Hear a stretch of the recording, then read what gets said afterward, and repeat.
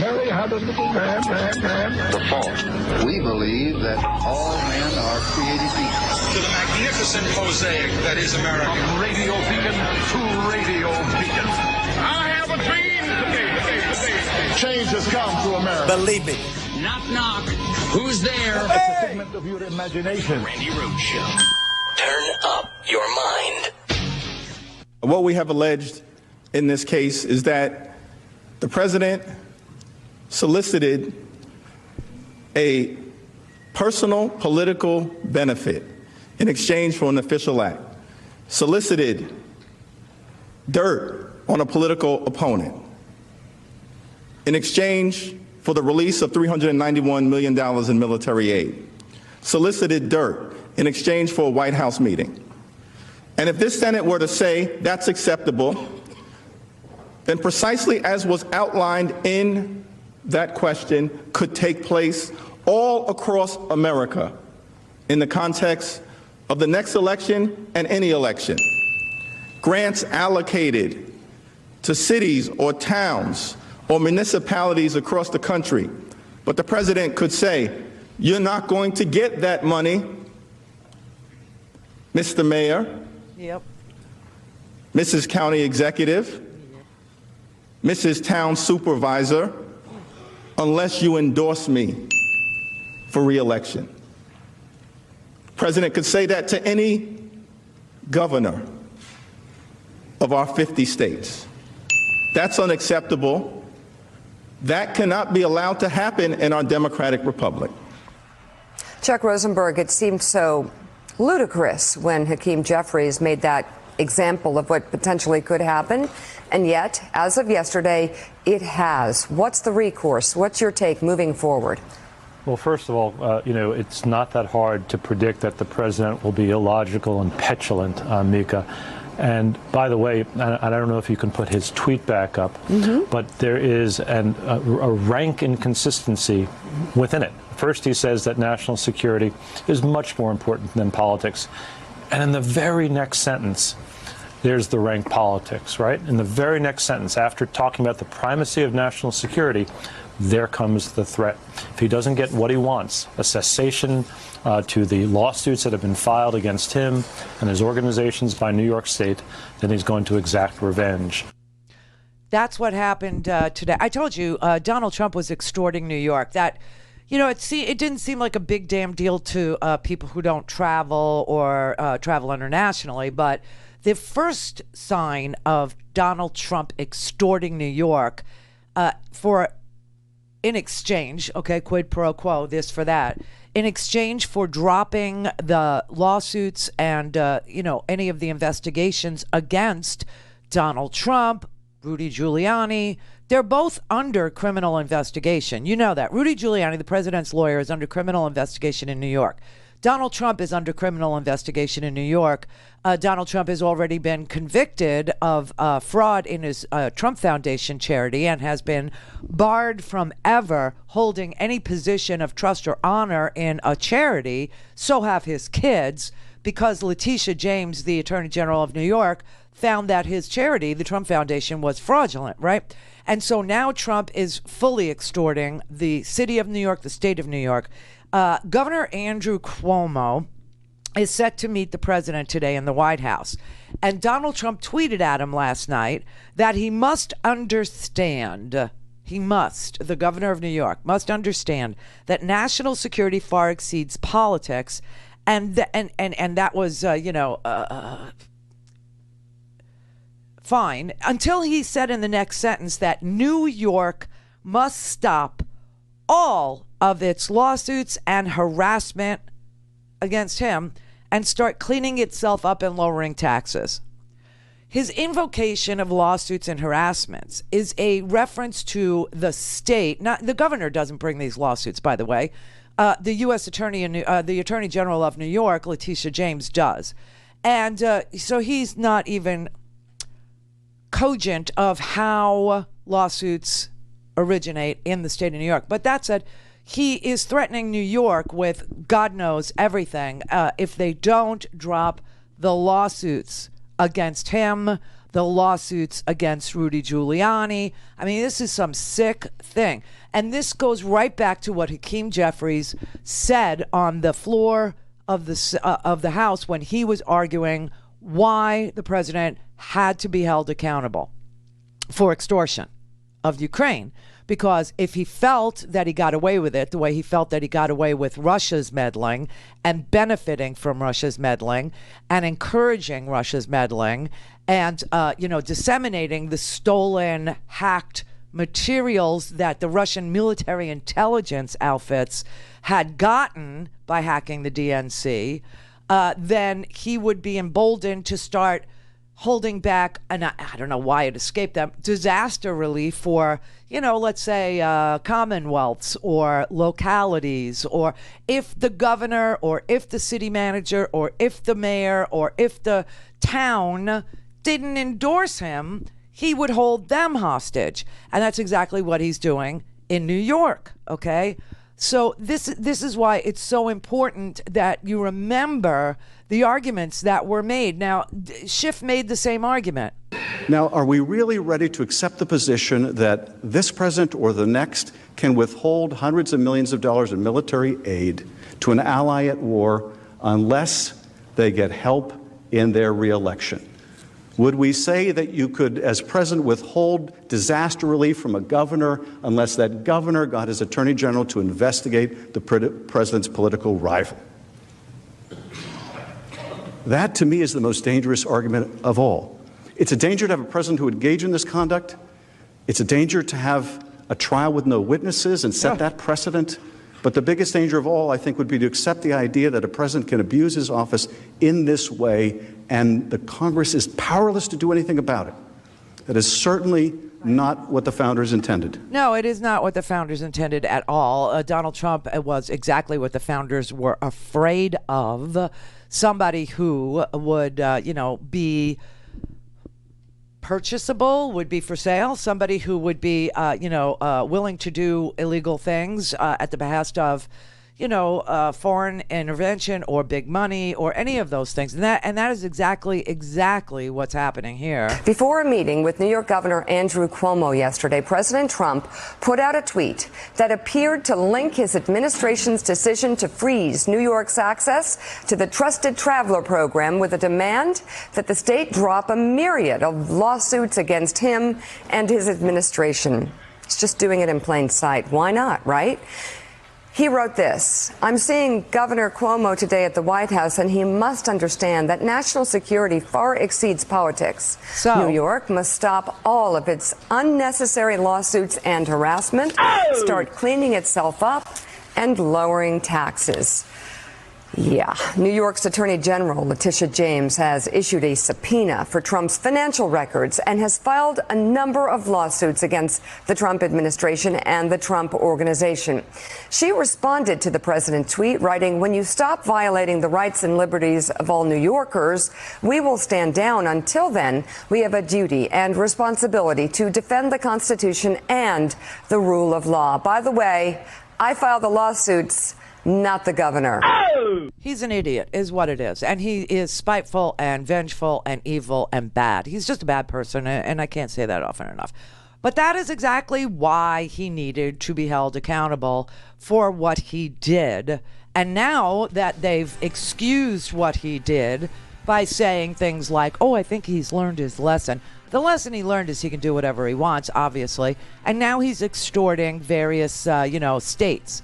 He's going to extort California. He's extorting New York State. He is going to withhold disaster relief for any blue state that doesn't vote for him. That's because he's a bad, bad man. And that's because everyone around him that's remaining in the White House are a bunch of thugs. So, Gerald Nadler tweeted, "Dear at Senate GOP, this is what another quid pro quo by the President of the United States looks like." Donald Trump was fined $2 million by New York City.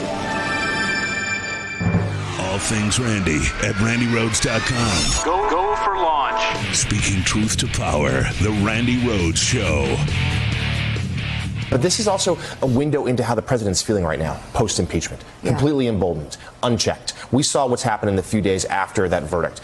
Lieutenant Colonel Vindman marched out of the White House in front of the camera so people could see. Ambassador Sondland also relieved of his duties. You know, he's weighed in on the Roger Stone sentencing, which I know we'll get to a little more in a moment. And that's just the tip of the iceberg. He has told people around him, as we've written this week, that he feels like not only did he survive impeachment, but he's come out stronger than ever because no one in the Republican Party, except for Mitt Romney, dared stand up to him. So we've seen a pattern here, and Michael Steele, it's the president can't take a win.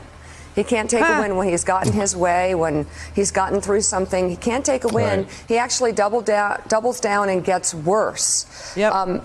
Which leads me to Susan Collins, I believe, saying, well, I believe the president has learned a lesson? Well, no, he's doing it again in plain sight. The Republicans own this, but do they care? No, they don't. No, they don't. And it's because they see one-party rule. They see fascism, and they see that they will be the fascists. They see that they will be the only party that rules for the foreseeable future, and that is what they are banking on. And that is just so, undemocratic with a small d. I can't even. But this whole scheme of his, that he keeps getting away because he's got the thugs that are calling themselves the Republican Party.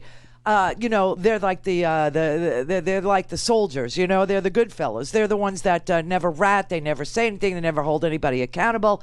Rudy Giuliani is on TV lying. He's never been to Ukraine. He doesn't have any business in Ukraine. Obviously, Rudy has had business in Ukraine since 2000. Okay, this is like 20 years of business in Ukraine that Rudy has had. And he's sitting there and they're lying, and these propaganda outlets just keep on giving him air, and it's so unbelievable. Bill Barr is like on the TV saying, to the point where Fox News had to agree with me yesterday. They had to, because it's so freaking obvious. Bill Barr is telling the president, I got this. Okay, I'm your Roy Cohen. I got this. I can bury I can get you off. Okay, but just shut up already. Stop tweeting. Just shut up. All right? To have public statements and tweets made about the department, about our people in the department, our men and women here, about cases pending in the department, and about judges before whom we have cases, make it impossible for me to do my job and to assure the courts and the prosecutors in the department that we're doing our work with integrity. I'm not going to be bullied or influenced by anybody. And I said at the time, whether it's Congress, newspaper, editorial boards, or the president, I'm going to do what I think is right. And, I think I cannot do my job here at the department with a constant background commentary that undercuts me. I know nothing. That's what he's saying to Trump. And last night, I mean, I don't know if she was drunk and, in vino veritas. I have no idea. But Lala Ingraham admitted that was what he was saying. The media sees the sexy story of Trump versus Barr, but they missed the fact that Barr was basically telling Trump, don't worry, I got this. I got this. And, the Democrats seem to overlook Article 2 of the Constitution. The executive power is vested in the president. The top law enforcement officer is the attorney general. If he wants to counteract decisions of the line prosecutor, that's his dang job. I mean, there's nothing wrong with this. And what was wrong with it is the egregious, pre-dawn raid on Roger Stone and throwing the book at this guy because they don't like his politics. Oh, they just invent crap. But it's true. He was just sitting there yesterday putting an alibi in the tank there. That's what Barr was doing, And he also said yesterday, this is another thing that's interesting. Listen. Did you talk to the president at all about your decision regarding the recommendations? The recommendations on this case? Never. Anybody from the White House call you to try to influence you? No. Nope. But Barr admitting Trump's Tuesday tweet calling Stone's sentencing recommendation a miscarriage of justice, well, it did force him to reevaluate his next moves. Once the tweet occurred, the question is, well, now what do I do? And do you go forward with what you think is the right decision, or do you pull back because of the tweet? And that just sort of illustrates how disruptive these tweets can be. It's an alibi / shut up. I got this. I can get you off. I am your Roy Cohn. I'm a dirty, dirty, dirty attorney. I'm a guy who the New York City Bar, in a very rare act, has written a remarkable letter to the IG, the Inspector General at the Department of Justice. It said, that's Michael Horowitz. You know that name, right? He's also copied the bar, the New York City Bar, also copied the chairs and the ranking members, that's minority and majority party members, of the House and Senate Judiciary Committees.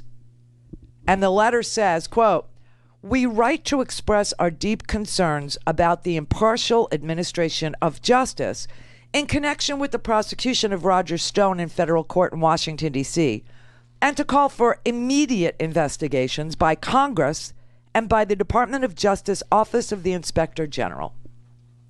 Recent actions by the U.S. Attorney's Office for the District of Columbia, a component of the United States Department of Justice, raise serious questions about whether the Department of Justice is making prosecutorial decisions based not on neutral principles, but in order to protect President Trump's supporters and friends.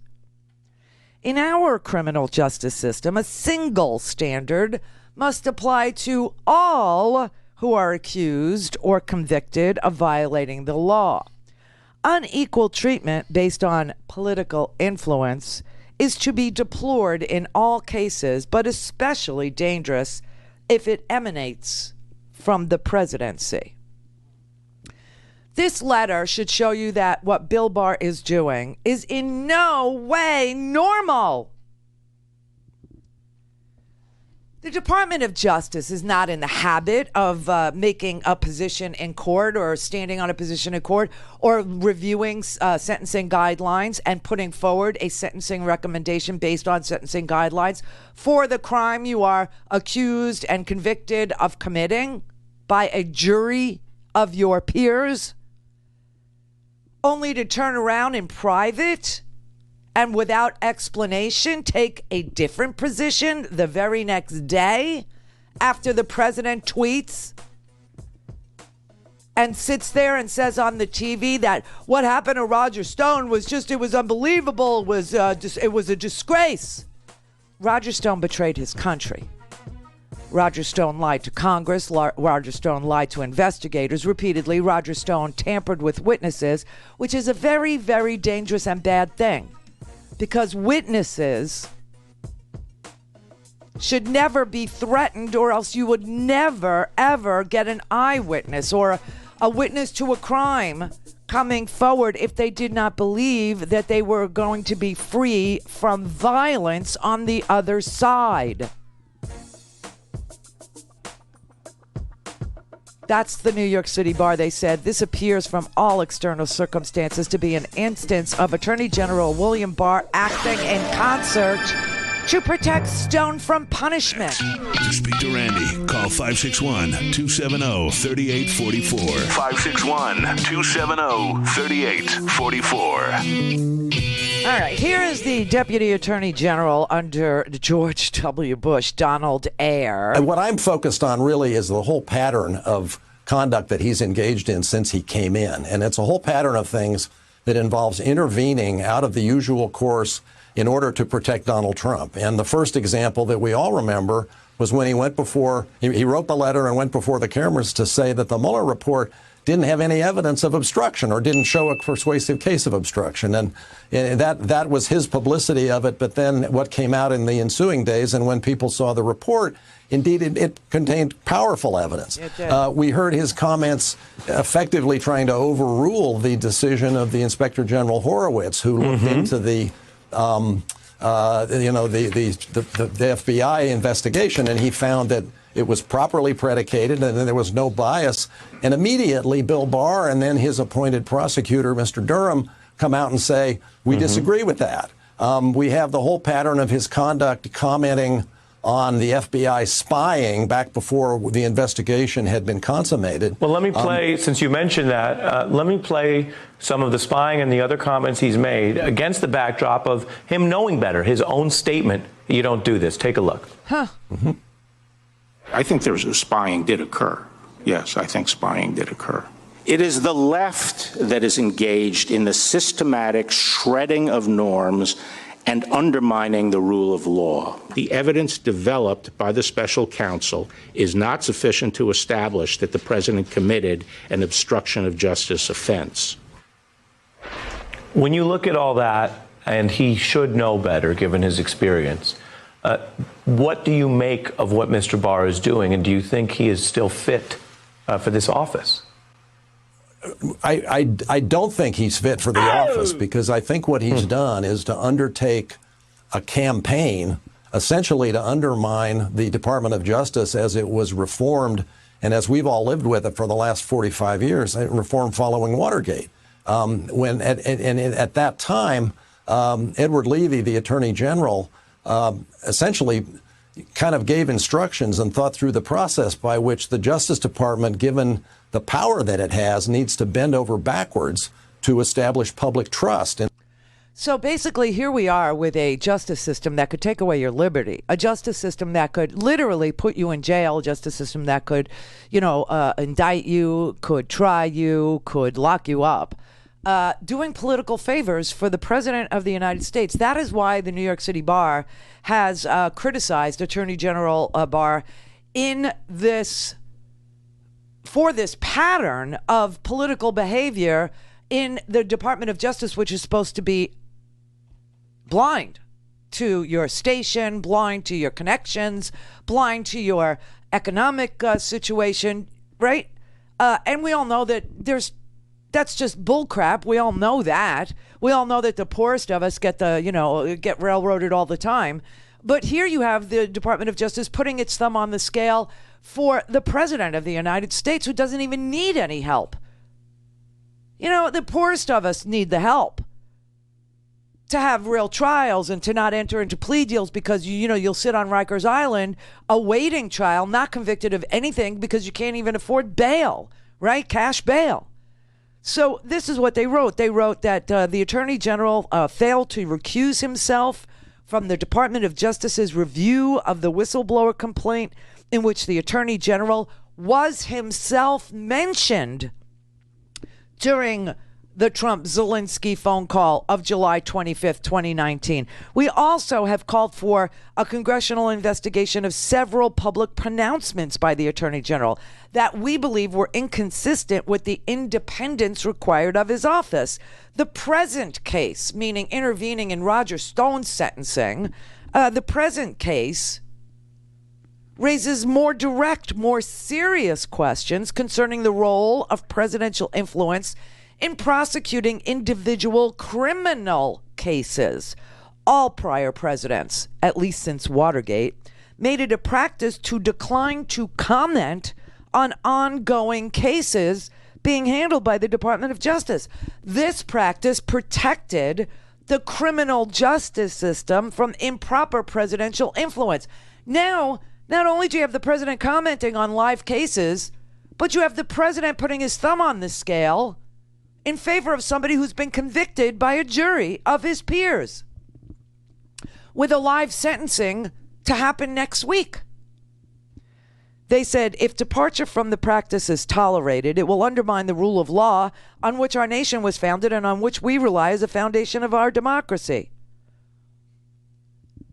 See, this sort of statement, this is why Barr is having a mutiny in the Department of Justice, because most of the prosecutors that work, on the line, meaning in courts, in trials, in cases, criminal cases of federal stature, right? They need to be free from political influence. And that's the problem here. That's what's going on here. The president is influencing with politics the Justice Department. He's going after political enemy. That's real Banana Republic stuff. He's going after his enemies based on false information. Rudy Giuliani is digging up dirt from dirty prosecutors for whom he had asked for a retainer. I mean, Rudy's trying to make hundreds of thousands of dollars over there in Ukraine. I mean, this whole thing, it's just a mess. And of course, Bill Barr had to say something.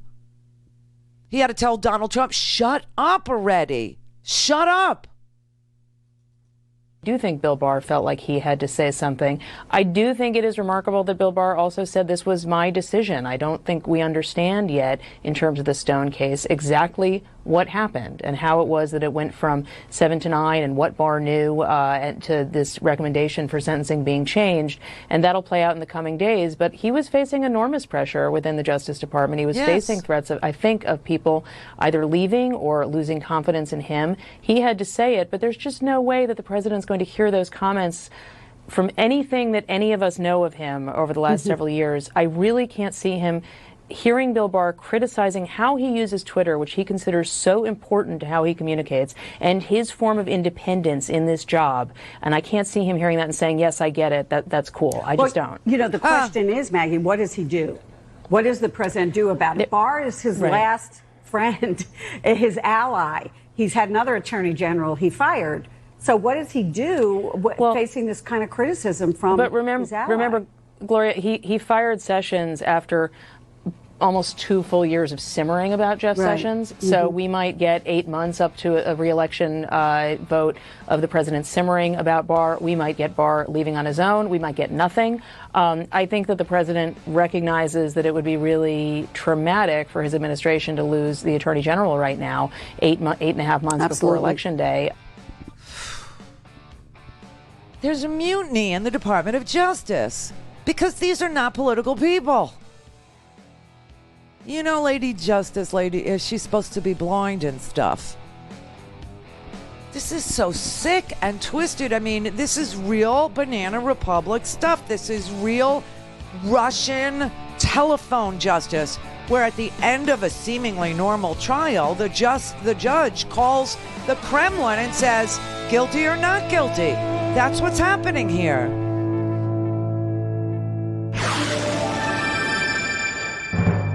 This is the Randi Rhodes Show. To speak with Randi, dial 561-270-3844. That's 561-270-3844.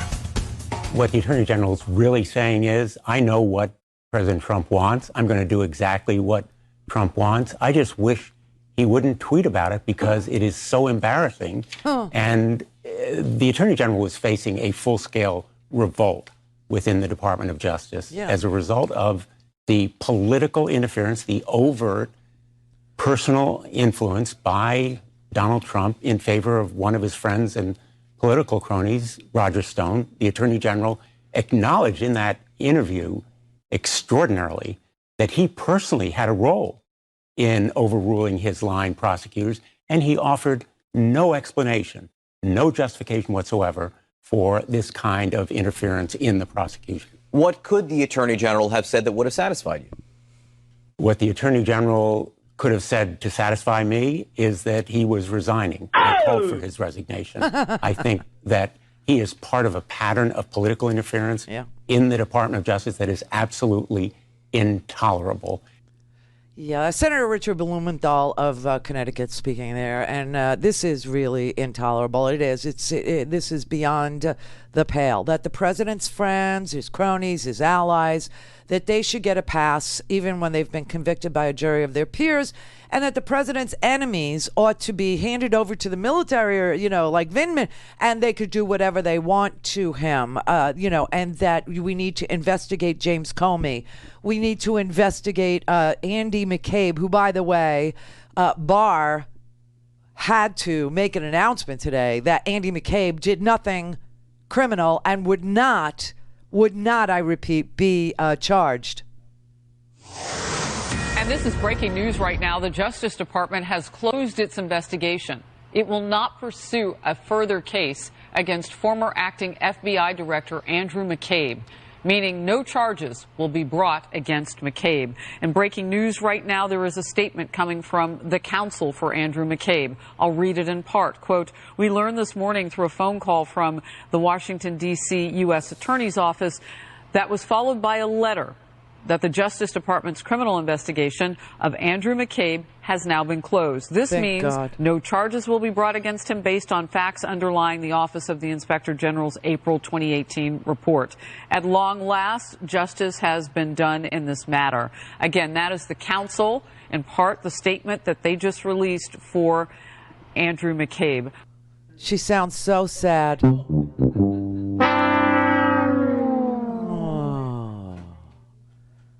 QAnon, what are you going to do now? He didn't do anything. Oh, my God. Robert in Miami. Yeah, what's going on, Randy? So I just disagree with you based on a lot of what you're saying in regards to Roger Stone. I did federal prison time myself for a year. I had gotten into trouble several times, had a state charge that I caught right before that federal indictment, and then only ended up doing 1 year in federal prison. I think for his what? Charges, the conspiracy to manufacture marijuana with intent to distribute. It was Marijuana? You got a year for marijuana? Got a year for marijuana. Yep, well, that's ridiculous. That's absolutely ridiculous. I think so, but it is what it is. I mean, I broke the law. No, it isn't what it is. I mean, the decriminalization of marijuana is pretty much, accepted. You got doctors here who prescribe it now legally. So, yeah. But let me ask you some questions, okay? Did you go to trial? Okay. Did you go to trial? No, I didn't end up going to trial. No. Did you make a plea deal? Yeah, I did make a plea deal. Oh, well, that's why you got a year. You should have just fought it. You should have fought it. Roger Stone had a trial, and a jury of his peers found him guilty of all 7 counts in less than 7 hours. Yeah, and I know that usually when you take it to trial, the government really goes after you if you get. Oh, please! Roger Stone is one of the most able to defend himself people that you could possibly imagine. And by the way, he hasn't been sentenced yet. The judge will make that decision. But the aggravating factors that the Roger Stone is guilty of were witness tampering, was threatening the life of Randy Credico and Randy Credico's service dog. And, the text messages that were introduced at trial said, "Prepare to die." Did you ever threaten somebody's life in your marijuana dealing business? No, but I had guns involved in the case, too. What do you mean you had guns involved in the case, too? You didn't go to trial. You made I had guns. You made a plea deal. What did you think was going to happen to you? You would get no time? They told you up front. And I understand the differences.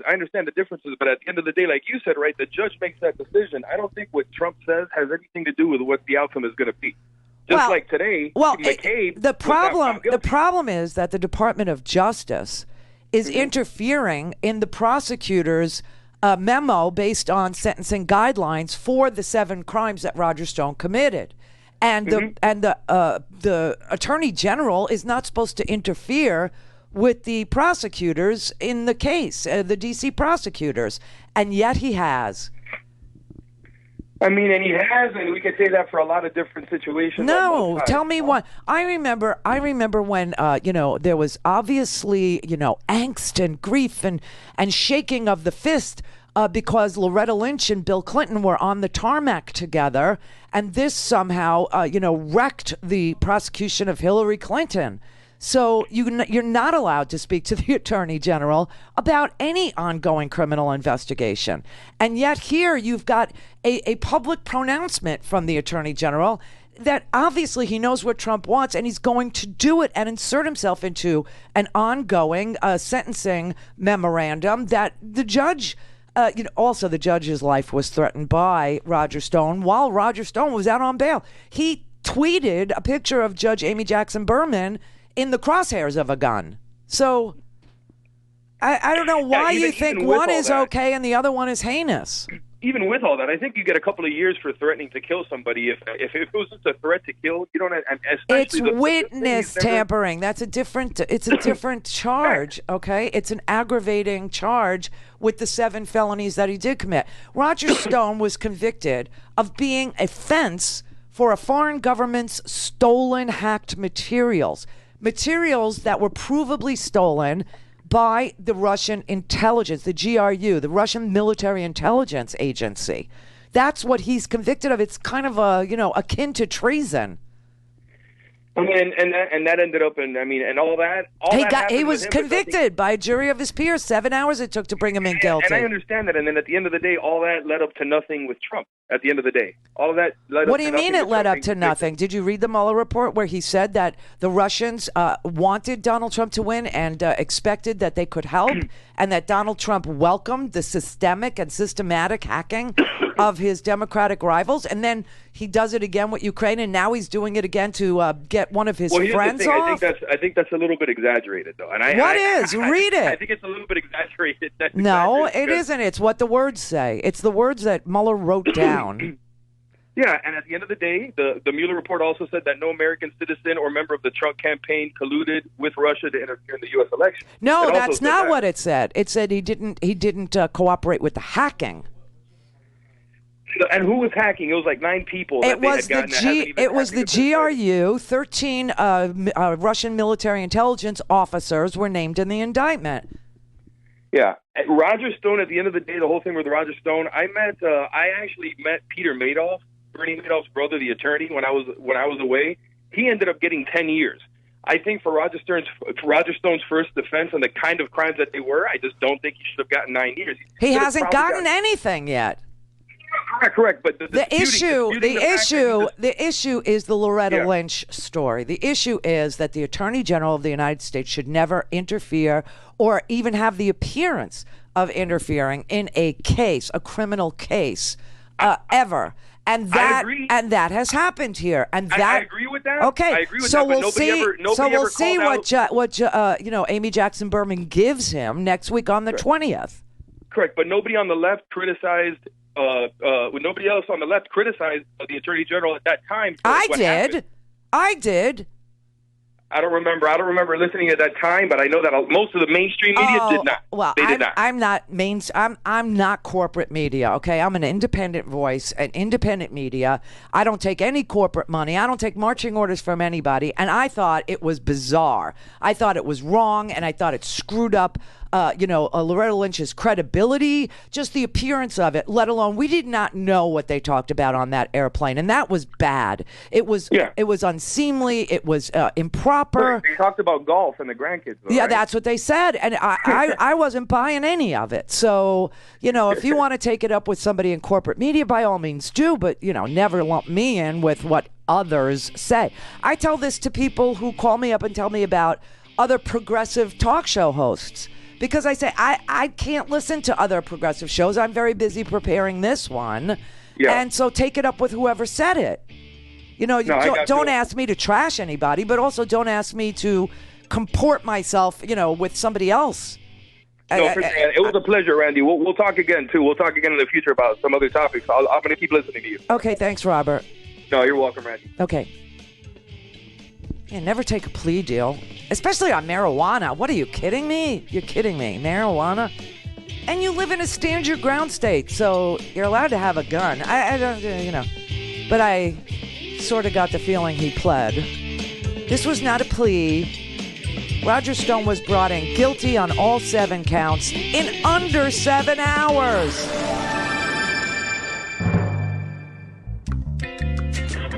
Mary had a little lamb.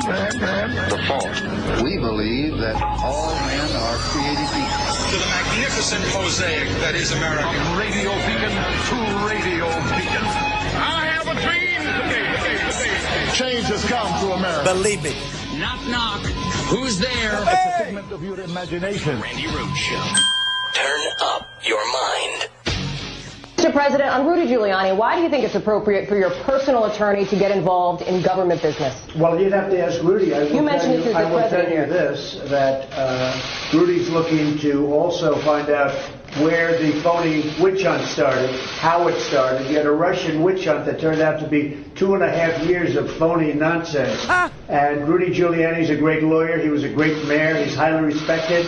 I've watched the passion that he's had on television over the last few days. I think it's incredible the way he's done. What he's out is he wants to find out, where did this Russian witch hunt that you people really helped perpetrate, where did it start? How come it started? It was all nonsense. It was a hoax. It was a total hoax. It was a media hoax and a Democrat hoax. Where did it start? And Rudy's got every right to go and find out where that started. And other people are looking at that too. Others. Where did it start? The enablers. Where did it all come from? It was out of thin air. And I think he's got a very strong right to do it. He's a good lawyer. He knows exactly what he's doing. And it's very important. All right. So that was that. And then on Bill O'Reilly, Donald Trump said, what was Rudy Giuliani doing in Ukraine on your behalf? Well, you have to ask that to Rudy. But Rudy, I don't even know. I know he was going to go to Ukraine, and I think he canceled the trip. But Rudy has other clients other than me. I'm one. Right? So you didn't direct him to go there on your behalf. No, but you have to understand. Rudy is a great corruption fighter. Oh. He's one of the greatest in the last 50 years. All right. And then today or yesterday, Donald Trump went on Heraldo show and forgot to lie. Was it strange to send Rudy Giuliani to Ukraine, your personal lawyer? Are you sorry you did that? Not at all. Rudy was a great crime fighter. You know that maybe better than anybody. Yeah. So, Daniel, that's a blatant contradiction from what he has said before. That is literally the exact opposite of what he told Bill O'Reilly in an interview in November. Your team has queued up the clip. Listen to what he said in November. Giuliani's your personal lawyer. So you didn't direct him to go to Ukraine and do anything or put any heat on I him? didn't direct him. So what has changed now? Well, perhaps Trump just thinks impeachment's over with. I've been acquitted. I can say whatever I want. Perhaps he forgot that he ever denied this. Regardless, though, what he's saying now is the truth. He did direct Rudy to go there. We heard that not only from Rudy himself, but from testimony from others in the impeachment inquiry. He just forgets to lie. Either that or he just doesn't care to lie anymore. He just doesn't care. I don't know what it is, but he has denied that he had dispatched Rudy to dig up dirt on the Bidens many times in many formats, in tweets, on the TV, on radio shows. And then yesterday, Geraldo decided on his podcast to have the president, and the president of the United States forgot to lie. He forgot to lie. Now, Rudy's got an interesting tale to tell now. Now, all of a sudden, Rudy is saying they're trying to kill him. I don't know who they are, but Rudy thinks that somebody's trying to kill him. And it's not just Biden. A bunch of Democrats, and that's why they're so crazy on the subject of Ukraine and why they want to literally kill me. The Democrats did it, everybody. The Democrats hacked the DNC. Yeah, Seth Rich hacked the DNC. This one, Ukraine hacked the DNC. They can't even remember their lies anymore. And you know what's really scary or true? It just takes a second or two to tell the truth, but it takes a lifetime to lie. A lifetime. Robert in Oklahoma. Hello. Hello. Hi, Miss Rhodes. Hello, Mr. Robert. I want to pat you on the back. Yeah. This is the first time I've listened to you, but I really enjoyed the way you handled Robert of Miami. He was not prepared, and he just rambling. What I'm doing, I'm not prepared either. But I want to tell you, I appreciate you. Well, thank you very much in Oklahoma. I appreciate you as well. Thank you. Stay safe there in the Tornado Alley. Yeah. Anyway. That's a crazy place. It's really nuts. I'll have to listen to you more often. Well, thanks. Appreciate it. I want to give you a pat on the back. Well, thank you. I feel it. Thank you very much. That's sweet. Casey in Florida. Hey, how you doing, Randy? Long time. How you been? Good. Good. So I've got a couple things I would like to talk to you about. Yes, please. Stuff. I'm not looking for a purity test with any of these candidates, but what I'm scared of is that the Democrats didn't learn their lesson from 2016 when they did have the thumb on the scale. They might not have rigged the ballots, but they were all hands on deck, no matter what, to get force Hillary on us. And what I see is they're saying, well, we got new faces. Look at all the new faces we have, but all those new faces are basically Clinton 2.0. You know what I'm saying? Under the radar. Do you agree or disagree? Not sure who had the finger on the thumb in 2016. I'm not sure what your thesis is. So could you say it again, and then we'll go from there? What I'm saying is that the Democratic Party is going to be busy. They want to see business as usual, where Americans want a new Democratic Party. Just because they have new faces like Buttigieg and Klobuchar and all this other stuff. That's not new faces. I mean, that's new faces, but that's not a new Democratic Party. That's basically doing business as usual. Your corporate Democrats and what have you. They just don't get it. That Americans want a new Democratic Party, a true Democratic Party. You know what I'm saying? Okay, so this is primary season, and obviously you have old faces with, new ideas that have never been fully realized, like consumer protection agencies or Medicare for All. They are not new faces, but these are new policies for the Democratic Party. And then you've got the moderates. Amy Klobuchar is not a new face. She's been a senator for a very long time in Minnesota, and she's got a moderate third way. Pete Buttigieg is also a moderate third way. But you have Warren, you've got Biden, who I don't know what you think of him, but who's also a moderate, and then you have Bernie. So what is it that you're not finding satisfactory? Well, what I'm trying to say is that the Democratic Party had opportunity after Parkland to gain. It may have been a one vote issue about the guns. Okay, these young people want somewhere to go. You know what I'm saying? And there's no energy in the party. There's no enthusiasm. This should be a landslide victory. That we're biting our nails over these candidates is not good. I'm sorry.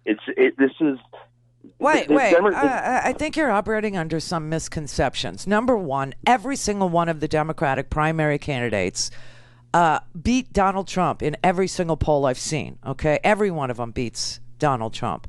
Biden beats Donald Trump. Warren beats Donald Trump. Buttigieg beats Donald Trump. Some beat him by 9 points. Some beat him by 3, which is too close for comfort for me. But that said, I don't know where your grief is coming from. I'm not really sure. We haven't even. We've only had 2 primaries in 2 very, homogenous states. We've got another primary next week in Nevada. It's a caucus, not a primary, but we have that next week. Following week, we have South Carolina, which, by the way, is a crossover state. Donald Trump is going to get Republicans to screw up the primary in South Carolina, just so South Carolinians know that's that's in the works. And then March 3rd, you got Super Tuesday, Alabama, Arkansas, California, Colorado, Democrats abroad vote, Maine, Minnesota. So we haven't even gotten to the Super Tuesday yet, and already you're upset? Well, it's not that I'm upset. What I'm worried about is the Democrats think that people are just going to vote for them just to get rid of Donald Trump, and people are tired of both parties. There's no enthusiasm. So who is your candidate? Do you have anybody that you like in the primary? I actually, believe it or not, I actually like the woman that was there that wasn't a politician. The first, what the hell's her name? Marianne Williamson? Yes, I love her. Well, she's not running, so you have to pick somebody that you like for whatever reasons you have and vote for them. Well, I'm in Florida. I'm down the street from you. I'm down the street from Mar-a-Lago. We don't vote till March 17th. That's when you get to vote. Randy at RandyRhodes.com. Go for launch. Speaking truth to power, The Randi Rhodes Show. Key issue in the election, tens of millions of people struggling to pay their medical bills. A brand new study from the CDC found 14% of Americans in 2018 couldn't afford their health care expenses. Right. This had been improving in the years after Obamacare made coverage easier, but improvement has stalled. Now, the study concluded not paying those bills affects the quality of life for the entire family. Now, the rates are worse for the uninsured, but people with insurance also having trouble keeping up. Women, children, and African Americans were more likely to struggle than others. Among people over 65, those jointly enrolled in Medicare and Medicaid were more likely to struggle than people with private coverage. Now, the president's budget this week includes deep cuts to Medicaid and other safety net programs. Meanwhile, new data from Fidelity shows record high 401k balances. The average 401k now holds $112,000. Up 7% in the fourth quarter, up 17% from 2018. Now, for workers, those of you who've had your 401k for 10 years straight, the average balance reached $328,200. Now, Fidelity says 33% of workers upped their contribution rates last year. That's good. Investors also benefiting from what has been a 10-year-long stock market rally. Just over half of Americans own stocks either directly or through mutual funds or retirement accounts. Millions, of course, don't. But a low jobless rate and solid stocks in an election year seem to be an advantage for President Trump. A brand new Gallup poll found 61% of Americans say they are better off today than they were 3 years ago. 62% give Trump credit for improvement in the economy. Just want to give you some breaking news this morning as well. Brand new, America's second largest newspaper company, McClatchy, has filed for bankruptcy. The owner of the Miami Herald and the Kansas City Star says it plans to stay in business as it works through the courts. So there you have evidence of two Americas. Okay, that is what that is showing you. It is showing you that people who are able to save, people who are able to take part of their salary and put it in 401k for the last 10 years as the economy grew steadily over the last 10 years are doing okay with savings. But the people who haven't been able to save any money, so that would be the middle class and below, we know that the pie, the American pie, if you cut it into 10 slices, 90% of the pie slices go to the top 1%. And then the one piece left over is divided between the upper middle class, the lower middle class, and the poor. And by the time you get down to the poor, they don't have any pie at all. They have crumbs. The next level up, the next 20%, I'm sorry, the lowest, they don't have crumbs. They don't have any pie. They don't have anything at all. They owe $6,000. The lower middle class, they have crumbs. The middle class has a sliver that is left over from the upper middle class and the top of the middle class. So that's where America is, and people cannot afford their medical bills. So if you, like the previous caller, I don't know what his complaint was. Does anybody understand what he was complaining about? Because I certainly do not. If the if the caller is concerned that he wants, let's put it, bold institutional change, then you've got some candidates that you could vote for on March 17th in Florida. You know, you've got Bernie Sanders, who wants Medicare for all. That's bold institutional change. You have Elizabeth Warren, who is promoting a wealth tax, which, 2 cents on every dollar over $50 million. You've got very progressive candidates in the primary. And then you also have very moderate candidates to choose from. You've got Amy Klobuchar, who is an absolute moderate. Pete Buttigieg, who is a very young moderate. Joe Biden, obviously, is an older moderate. You have all kinds of candidates that you can choose from of all different political stripes. Elizabeth Warren is a capitalist. Bernie Sanders is a democratic socialist, which is different from, a socialist. Democratic socialists are the first person that Hitler went after because he went after trade unionists. These are people who believe in the working class. These are people whose policies favor collective bargaining. These are people whose policies favor, a lot of cradle to grave guarantees for working people, like childcare, like health care, like public education, all the way through to college. These things. So you've got some choices. I don't know why you would start complaining so early, except that that's kind of what a lot of people in our party do. That's the depressing part. Gary in Fort Lauderdale. Hey, Randy. Hey, Gary. This Barr announcement of yesterday, I want to tell you what I think of it. Okay. I think it's just a sham, a charade, another distraction, and another shot at dirty pool. Barr is just participating in a play designed to make it look like the Attorney General is not Trump's lapdog, and that Barr is going to keep Trump in line, and everything's going to be on the up and up. It's just a bunch of bull. Well, that's what Laura Ingraham was telling her audience last night. I don't think she realized what she was saying, but she said this. The media sees the sexy story of Trump versus Barr, but they missed the fact that Barr was basically telling Trump, don't worry, I got this. She said. Yeah. Yeah. So, they forget to lie sometimes over there on the Fox News. The Trump, he also forgets to lie sometimes. Rudy forgets to lie sometimes.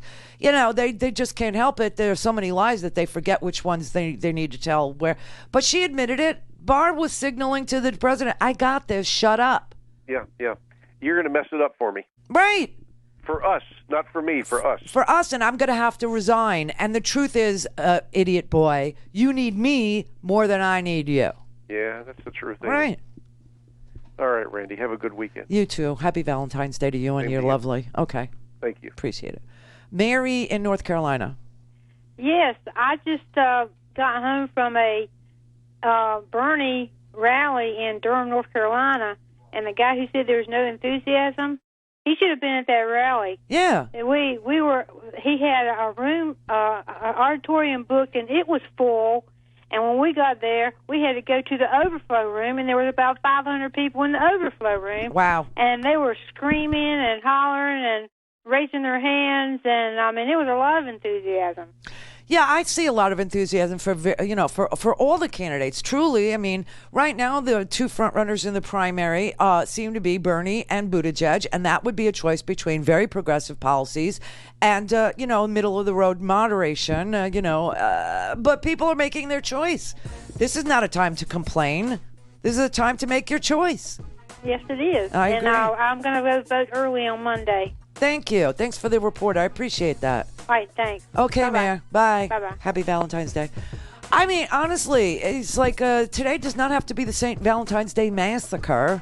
It could just be Valentine's Day. Oh, by the way, the St. Valentine's Day massacre, that was the Al Capone story, and Trump keeps talking about Al Capone. Must be on his mind, slaughtering people. Must be on his mind that his enemies have got to be lined up against a brick wall and shot and killed, Amazing. Do not, and then you got Bloomberg, too. I forgot about him, who, may be successful in purchasing the nomination and the presidency. Who knows? But you got to vote. We haven't even started voting. Fatality.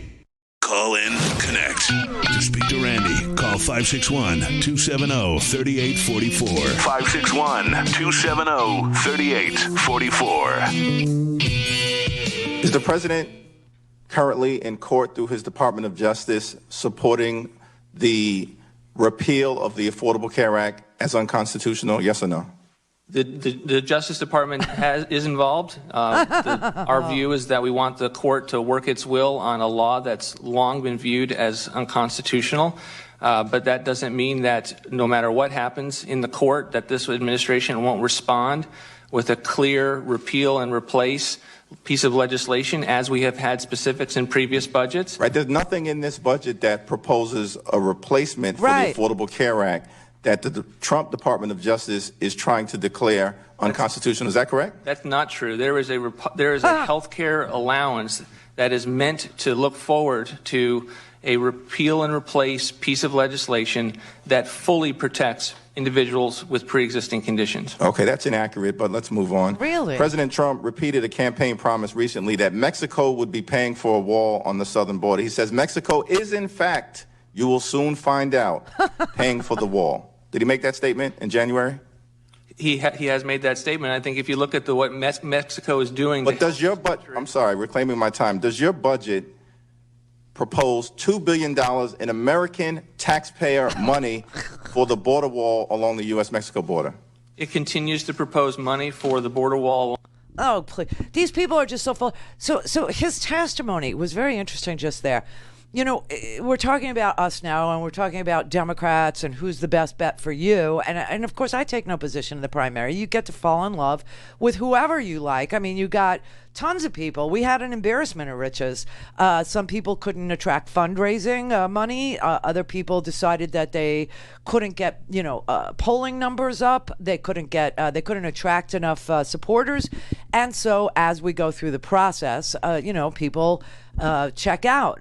Listen, I loved Andrew Yang. I absolutely adored him. And I don't think we've seen the last of him yet. I think Andrew Yang is just starting. I think that now everybody knows this person who nobody knew, and they know that he made something out of nothing, and they're going to be looking for him in the future. And his voice is not, squashed. His voice is not, tamped out or stomped out. It's just, not a presidential voice for this cycle. But we've had lots of candidates, amazing candidates, and we still have amazing candidates. It just matters what flavor of candidate you're looking for. If you think another billionaire is the answer, you're a Bloomberg person. If you think that bold institutional change that protects consumers and has a focus on the majority of Americans getting the things that they need from government, like childcare, like public education, like, the ending of subsidies for the wealthiest corporations, a wealth tax on people over $50 billion of 2 cents on every dollar over $50 million is a good idea, then Warren is your person.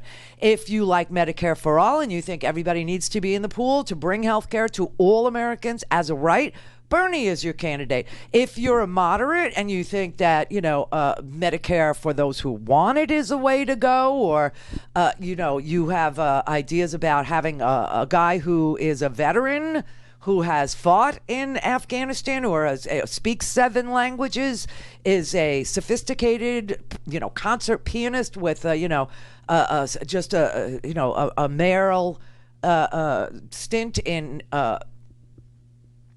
South Bend, Indiana, then Buttigieg is your guy. If you like youth and that kind of thing, then he's your guy.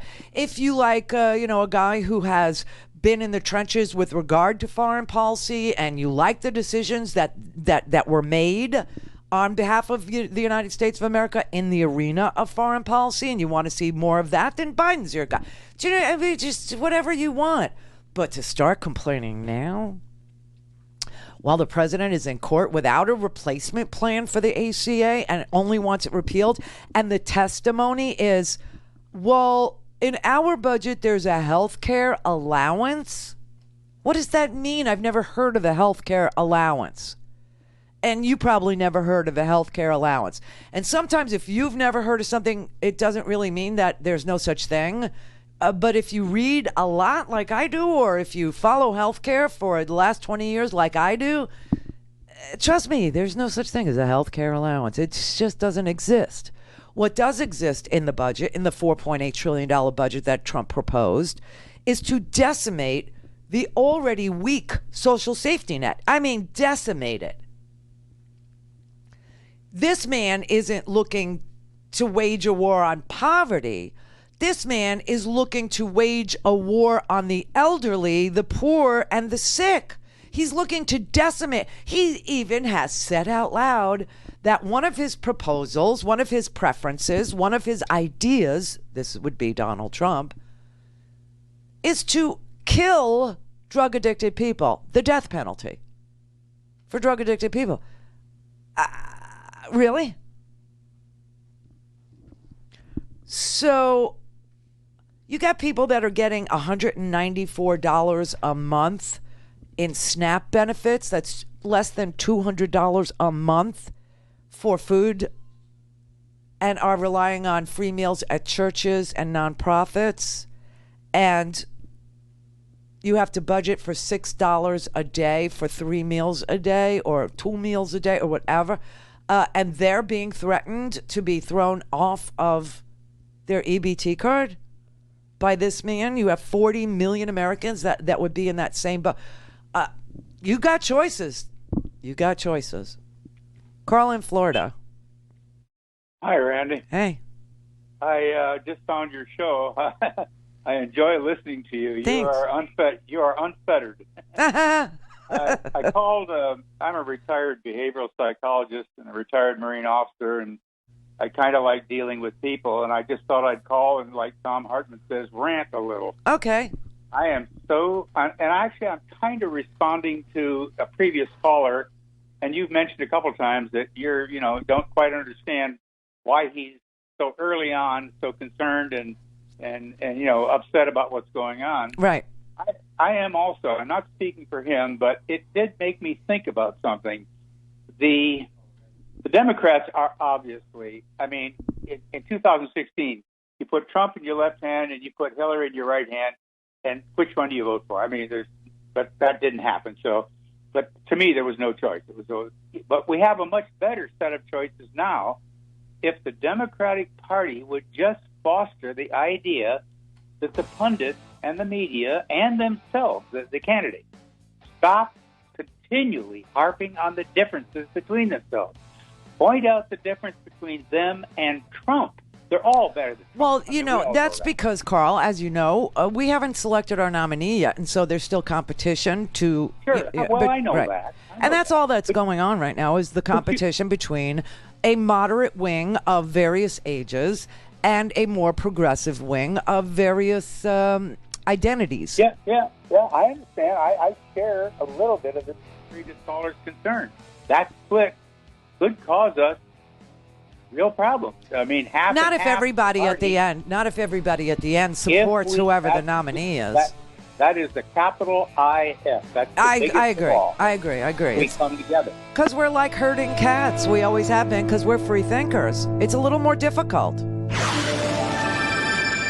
It's the Randi Rhodes Show. To speak with Randi, dial 561-270-3844. That's 561-270-3844. Wow, this went really fast. So if I forget to tell you, I had a great time this week, and happy Valentine's Day. All right, Denise in Michigan. Hi, thank you for taking my call. I have an idea that might work. We need to battle what Trump is going to be battling against with socialism. And I wrote a letter to the editor of our local newspaper because elderly people don't have computers or tablets or anything, and these people are the ones that are out there fearful. Anybody out there, I'm pleading to your public, that has the talent to write, all they need to do is look in their dictionary the words socialism, democracy, fascism, and write a little letter to the letter of their editors of their local newspapers and get the word out there that socialism is not a bad thing. Yeah, what do you think? Well, I think that we need to have discussions, if Bernie is the nominee, about what democratic socialism actually is, and that what we have now is socialism in reverse. What we have now is all the welfare, the really big ticket items, the big welfare checks are being cut at the front end of the top 100, most extraordinarily profitable companies in the form of subsidies. And then on the back end, those same companies have loopholes written into the tax code that alleviate them from paying any taxes. That is socialism in reverse. What we have now is a government that guarantees the prowess of a handful or, like let's say a couple hundred companies that can afford lobbyists. And when the government is the guarantor of profitability, and when the government actually hires, people who are lobbying for those companies, or the ex-senators, ex-members of Congress can then go be on the boards of those same companies that they voted for subsidies on the front end and tax loopholes on the back end. That's socialism in reverse. But Randi, are you there? Yeah. What I want the people that are just not into learning all of this stuff that is very knowledgeable, and I too am a very knowledgeable voter, but there's voters out there who are just in this world that they get afraid when they hear the word socialism. And all it is a simple letter to the editor. Yeah, I get it. That's a tactic. To take the fear away. So that's a tactic, and I'm more strategic. What I'm saying to you is that people have to understand the system we have now is socialism. It's just backwards. I know, but so that's the simple. That's not how Trump's going to explain it. Okay, I'm explaining it. What we have now is socialism in reverse. I don't know how more simple you could phrase it.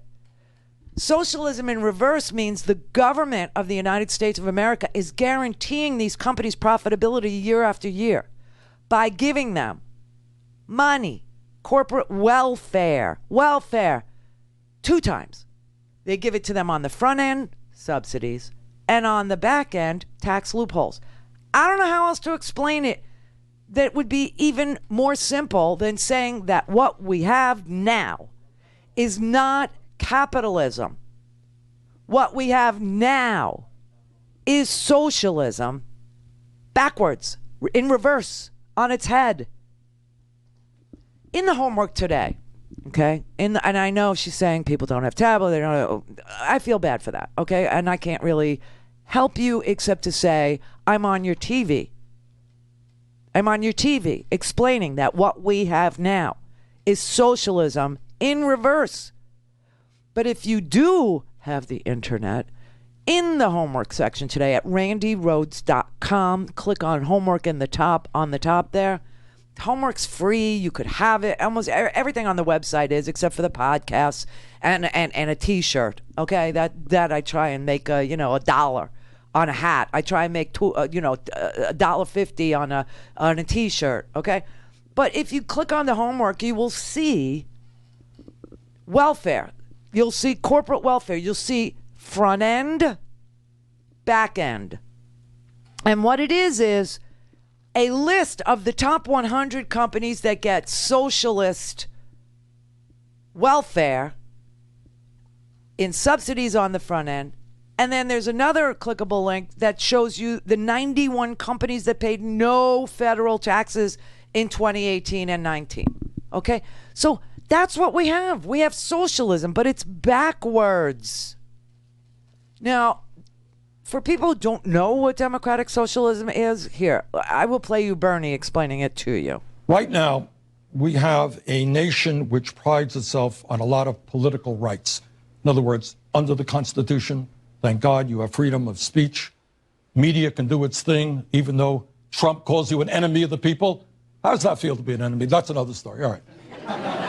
I won't question Wilson. You don't think we are, though? No, I don't. Okay. I certainly do not.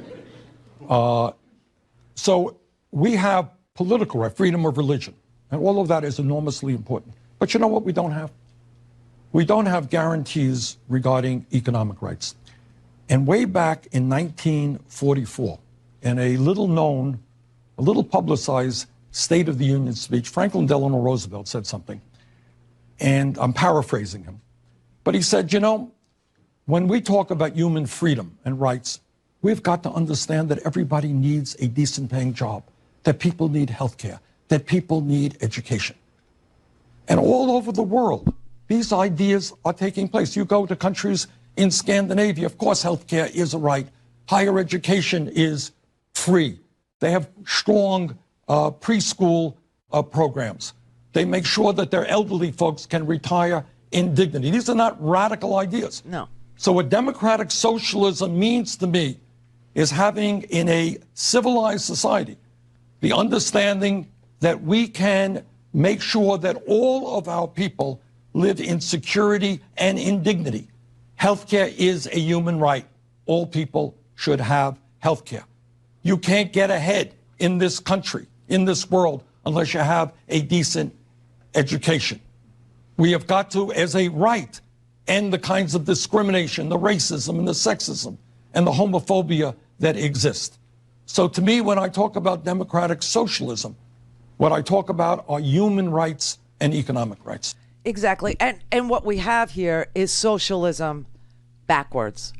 All of the big ticket money, all of the welfare, all of it, with the exception of $196 a month going to some of the poorest working Americans for food.